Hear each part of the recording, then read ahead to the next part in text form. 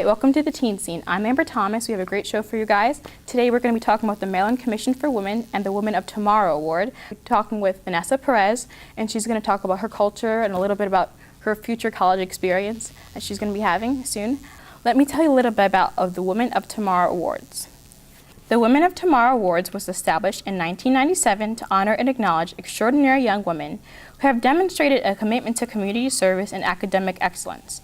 Maryland will continue to flourish because of our future women leaders and their unceasing commitment to the community. The Women of Tomorrow Awards gives us the opportunity to honor these remarkable young women. These young women are selected for honor through a process that begins with an annual statewide call for nominations. An independent all-volunteer selection committee reviews the applications and selects 6 young women, 2 per grade grouping. Don't go away, we'll be right back. Okay, well, we got it in.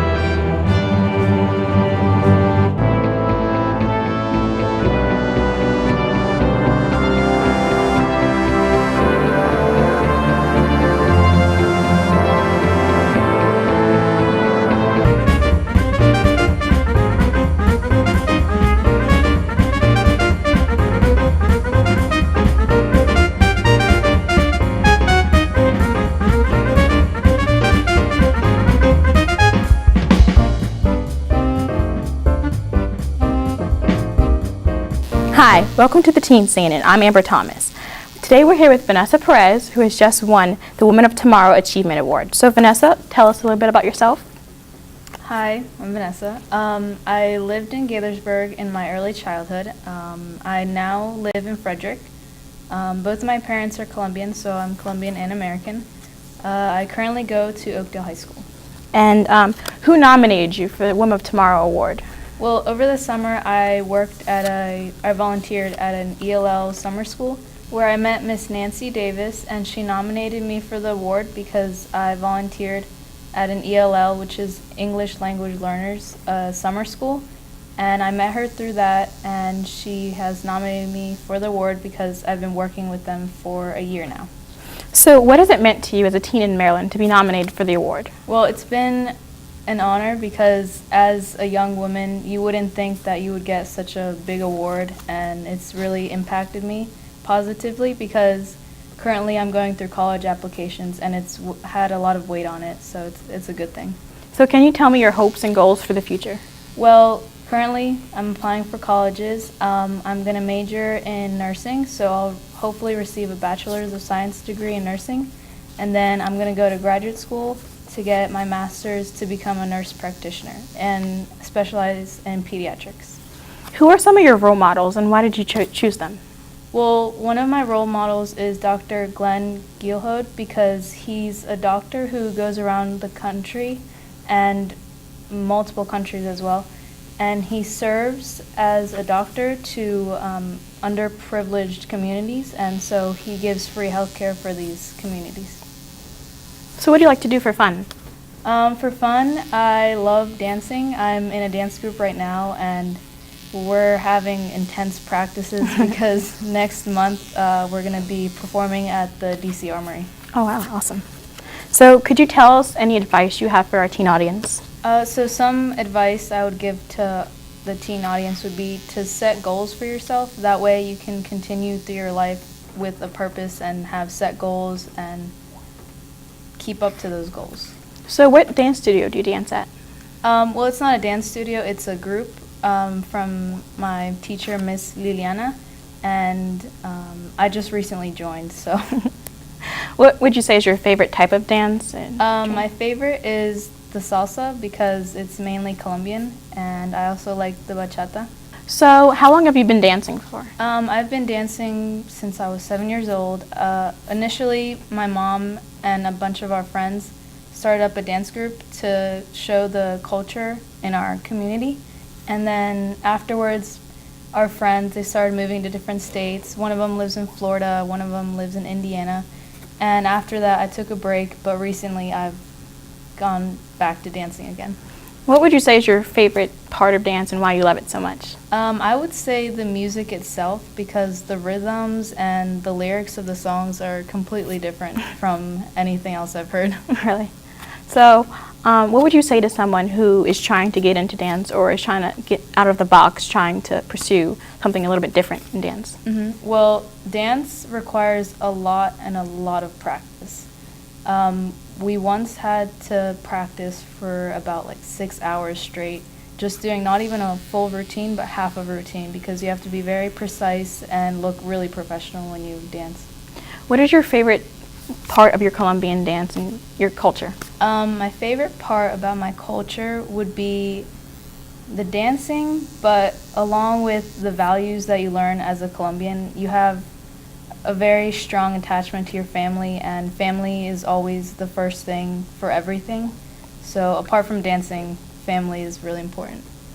What would you tell some teens who I know don't really necessarily want to be close to their family, that family is really important? What would you have to say to them?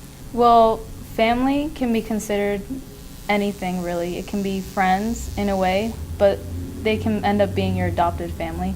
So what is considered your family depends on you. In the end, you can have a million and a million of friends, but friends really don't last a long time, but family will always be there for you. Yeah. And I'm very lucky to have a culture that involves family. So I guess that you must speak Spanish then? Yes, I do. Actually, that's the main reason why I volunteered for the ELO program at Frederick High School, because as my parents came here, they knew Spanish, but they were learning English as their second language, so it was a struggle for them. And as I grew up, I saw that there were also students that had the same situation. So I decided to become a volunteer because I thought, okay, I couldn't help my parents back then, but now I can help these students. So That's really great. So can you tell me a little bit about different students at your school and have they learned English since through you? well, the thing is, I don't volunteer at my own school because my school does not have ELL students. So I go to Frederick High School, which is downtown. It's about 20 minutes away from my school. So I volunteer over there, and the students I tutor and I mentor as well, they are just the greatest people on this planet. They're very humble people, but they have the biggest hearts, and it's actually a privilege to be a part of their everyday lives. That's really great. Okay, so we're about to go to a break now. Keep the remote right there and we'll be right back.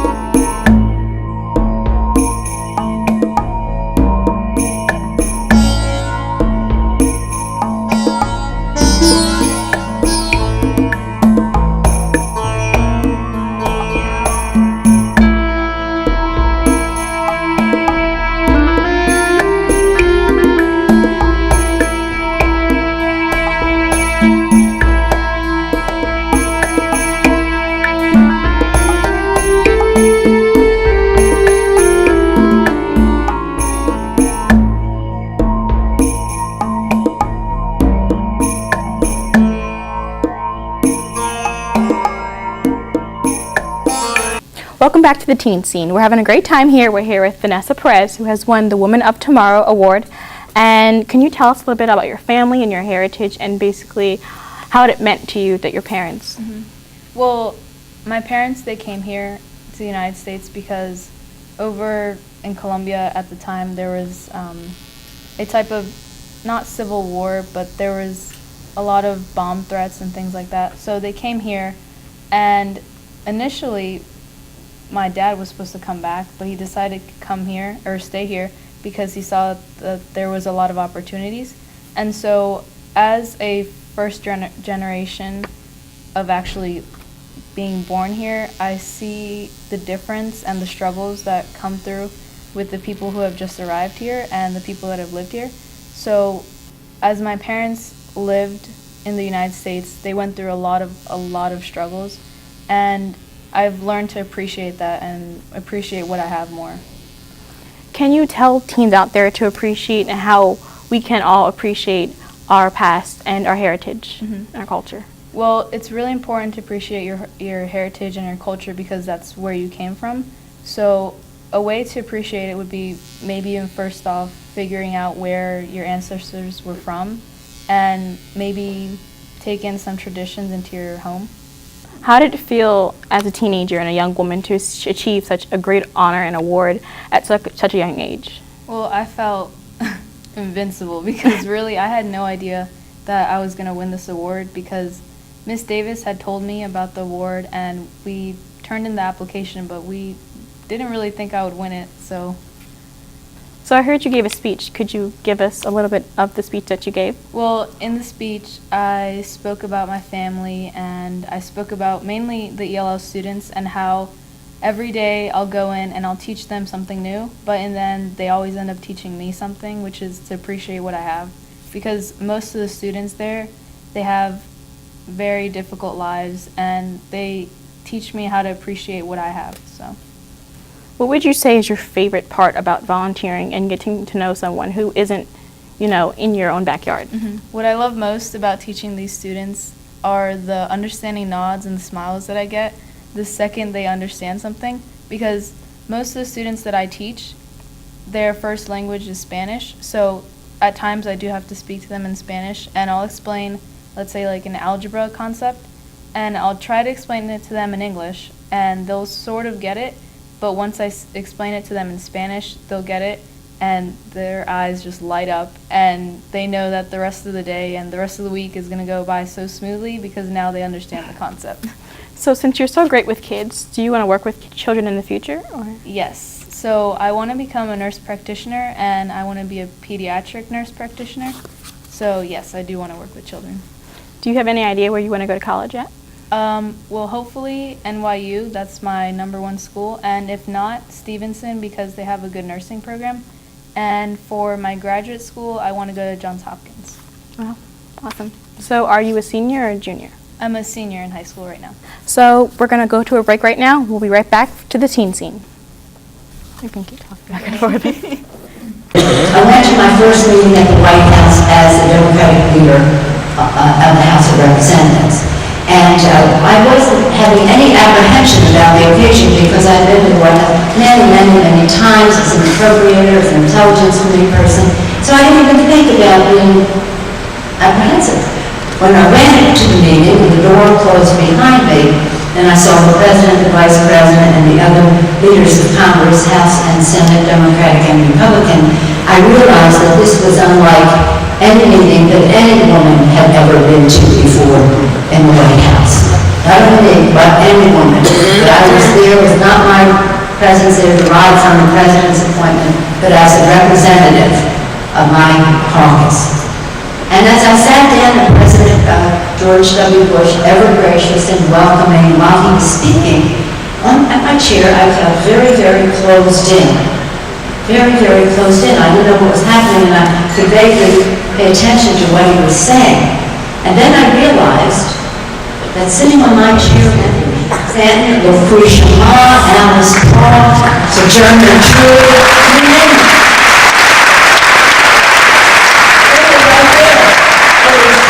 Very tight. I can't imagine what the President must have been thinking at the time as I was squeezing into that room and always.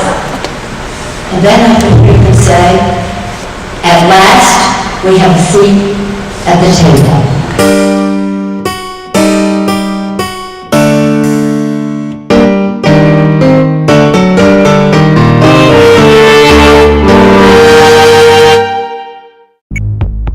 It's the Hall of Fame. It's the Hall of Fame.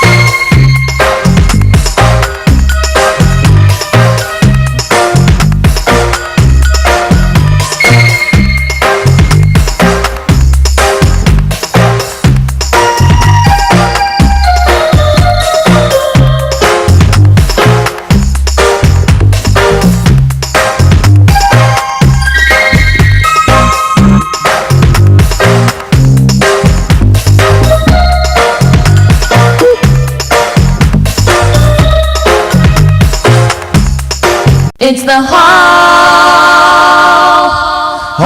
of Fame. It's the Hall of Fame. Welcome back to the teen scene. We're still here with Vanessa Perez. Could you tell us a little bit about if you have any favorite Colombian heroes or role models? Or? Well, one that I hope everyone knows is Shakira. She's a very good singer and a good dancer. Another one is a famous soccer player, Falcao. Another one is Gabriel Garcia Marquez, and he's a writer. And yeah, so those are three of my favorites. Could you tell me a little bit about, I heard you won more awards than just the Women of Tomorrow Award. Yes, I won the Student Excellence Award, the Henry L. Templeton Student Excellence Award, and that was from my school. And then out of my county, Frederick County, I won the Outstanding Student Leadership Award. Wow. So how old were you when you won some of these awards? Was it recently? I won all of these awards in a matter of like 2 months. So it was last year. That's amazing. So could you tell any words of inspiration to someone who is trying to achieve more in their school and be a better student? Mm-hmm. Well, one thing is to never give up, because what I've learned is from adversity, you do come through with the things that you want to accomplish. So you should never, never give up. So what are part of your most difficult times in high school or in your school experience from 13 to, say, 17 years old? Mm-hmm. Well, in elementary school, because of the fact that in Frederick County or at my school, there wasn't a high population of Hispanic students. At lunch, my mom, she would always pack me a lunch, and I would always get a homemade lunch, and it wasn't the typical pizza or chicken nuggets. It would be a homemade lunch of rice and beans and things like that. So the kids, they would bully me and tell me, oh, what are you eating? What is that? So yeah, during that time it was a bit difficult, but I overcame that. So, any advice to someone who is a minority in their school or, you know, a little bit different than everyone else? Mm-hmm.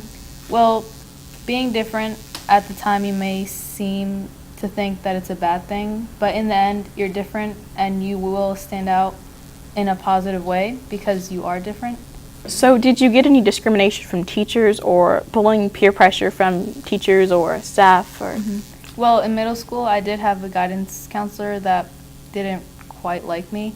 There was a situation when I had my phone out during lunch, which we were allowed to, and my friend, who wasn't Hispanic, also had her phone out, and the guidance counselor told me, oh, you need to put your phone away, this is inappropriate during lunchtime, and I got a school lunch detention after that. So, well, it made me feel awful because I thought, well, my friend has her phone out too, so why is she picking on me? But afterwards, I just thought I just have to go through with this, and really at this point it doesn't matter because I was in 8th grade, so I was going to a different school. So do you have a boyfriend? Are you dating? Do you want to get married in the future? No, I'm not dating anyone right now, but in the future I hope to have a girl and a boy because I've always thought that is the cutest thing ever. And I already have their names. So I hope to name the boy Santiago and I hope to name the girl Mariana. That's a really pretty name. Thank you. So where do you see yourself 10 years from now? What would you like to be doing? 10 years from now, I hope to be a nurse practitioner, and I mainly want to work in inner cities, kind of like Baltimore, or around the world. So I want to go on mission trips and maybe even the Peace Corps eventually. So where can people reach you if they want to get in contact with you to learn more about what you're doing? Well, you can email me, and my email is dvperez. Perez is spelled Perez. The number is 3838 at yahoo.com. Could you tell us a little bit about your experience with the Women's Commission? So the commissioners, they're very nice ladies. They're very educated. The day I went to the ward, I actually felt a little bit out of place because everyone was dressed nicely and had, their cup of tea and holding their pinky up and whatnot. But they're very, very nice ladies, and I love them. We were filming here at the Maryland Women's Heritage Center, and what do you think about the center and all the stories here and the history? I didn't know there was that much history involving women because most of the time you do Hear about men in history, and I think it's very inspirational. And so one of the things I didn't know was Dr. Mary Cleave was one of the first female astronauts to go up to space, and I did not know that. This exhibit is for Dr. Mary Cleave, one of the first astronauts in Maryland.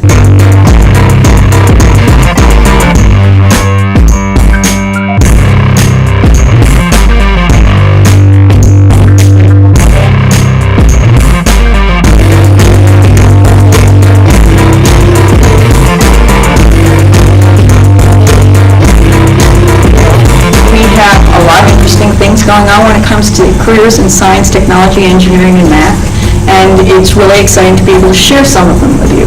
This is a very exciting career for kids, any kid, but in particular we'd like to encourage girls to think about being an engineer or a scientist because it's really a fun career.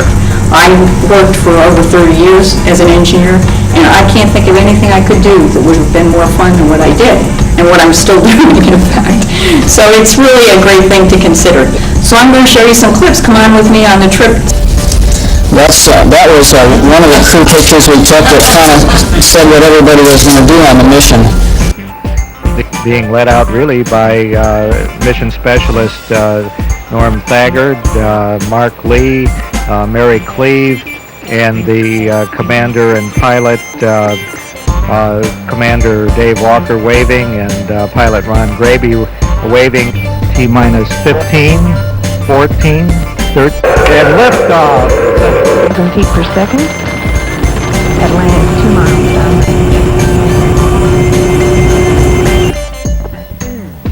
Booster and Brian and Murray in the flight deck. They were preparing for the first of the two spacewalks. Here was Murray, Woody and myself dug ourselves the Ace Construction Company with the supporting crew of the rest of the crew, and we put up our advertising after we've completed the construction of the first access truss. The arm flies wonderfully. It's just such a great tool. Real smooth and no surprises. Being able to interact with them, and they gave me some real good directions while we were up there. Mary took most of these motion picture earth views that we've got. This is one way she did it. We had a mid-deck experiment called a fluid experiment apparatus, which you can see here. My hands are inside of this. It's a little furnace. We were growing indium crystals. It was really an excellent mid-deck for us. We controlled it with our little experiment computer, which worked great. Different floppy disks for each experimental one. Here's Mary at the overhead windows. This is our primary vantage point for Earth observation photography. Yeah, I sort of shared doing the food cooking duties. Whoever got hungry first seemed to be the person that would end up cooking. But it's actually a lot easier in 0G going up the stairs. In 1G you have to be careful and take the trays one at a time, these bags, before we unpack them. You can see it took up a lot of space down here. A lot of times at work I feel like I'm running around in circles, and so I tried actually running around in circles, and it worked up there, and it was a lot of fun. Walker. It's been fun working with you here and showing you a little bit about what NASA does, and I hope that we have a great time. Hope that you have a good time too. It's been great talking to you.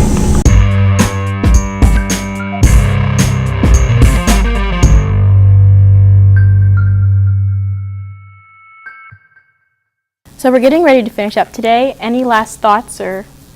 One thing is to always have hope in yourself and in others, because that's the most important thing in life. So, Thank you so much for being a guest today on the Teen Scene, and we hope you come again soon. no, thank you for having me. Thank you.